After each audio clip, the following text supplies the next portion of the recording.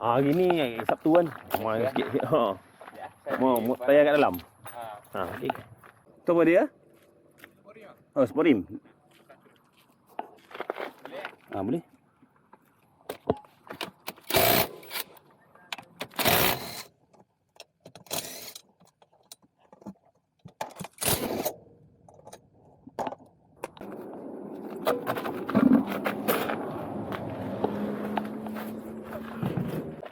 Ni berapa rim ni kau beli?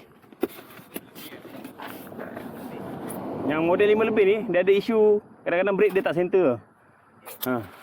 Nasib lah, nampaknya okey-okey.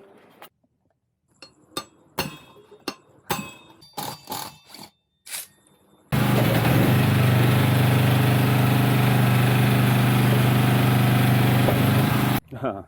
Jadi dua motor sebabnya ABS untuk X-Max ni tak boleh nak tanggal. Jadi dia kata ambil daripada NBX dia.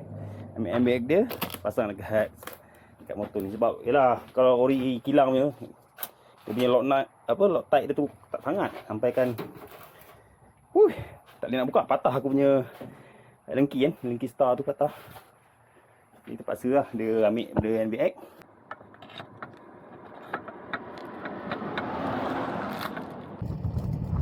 Okey, semua sensor dia.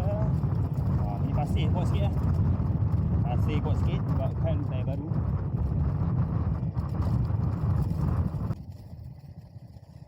Tayar baru lah. Dia melekat lah sikit dengan pasir-pasir.